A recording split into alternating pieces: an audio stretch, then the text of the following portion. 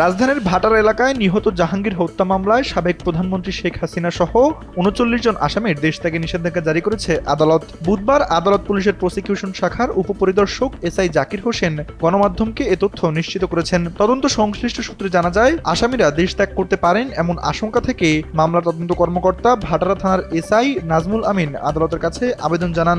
গত ২রা জুলাই ঢাকার মেট্রোপলিটন ম্যাজিস্ট্রেট জুয়েল রানার আদালত আবেদনটি গ্রহণ করে আসামিদের বিদেশ যাত্রায় নিষেধাজ্ঞা দেন।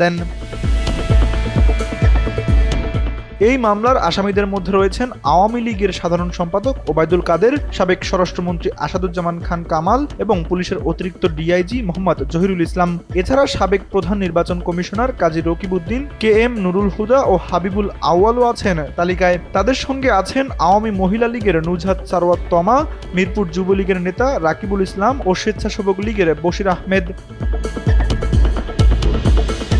অভিযোগপত্রে বলা হয়েছে, গত বছরের ২১ জুলাই বৈষম্যবিরোধী ছাত্র আন্দোলনের সময় নিহত জাহাঙ্গীর ভাটার এলাকায় বিক্ষোভে অংশ নেন। আন্দোলন দমন করতে শেখ হাসিনার নির্দেশে আসামিরা সংঘর্ষ উস্কে দেন বলে অভিযোগ। হামলাকারীরা অস্ত্র, লাঠিসোঁটা ও বিস্ফোরক নিয়ে আন্দোলনকারীদের উপর আক্রমণ চালায়। এতে জাহাঙ্গীর গুরুতর আহত হয়ে পরে মারা যান। ঘটনার কয়েক মাস পর চলতি বছরের ২৪ ফেব্রুয়ারি ভাটারা থানায় হত্যা মামলা দায়ের করা হয়, যেখানে শেখ হাসিনা সহ ৩৯ জনকে আসামি করা হয়েছে। তানভীর আহমেদ, NPB।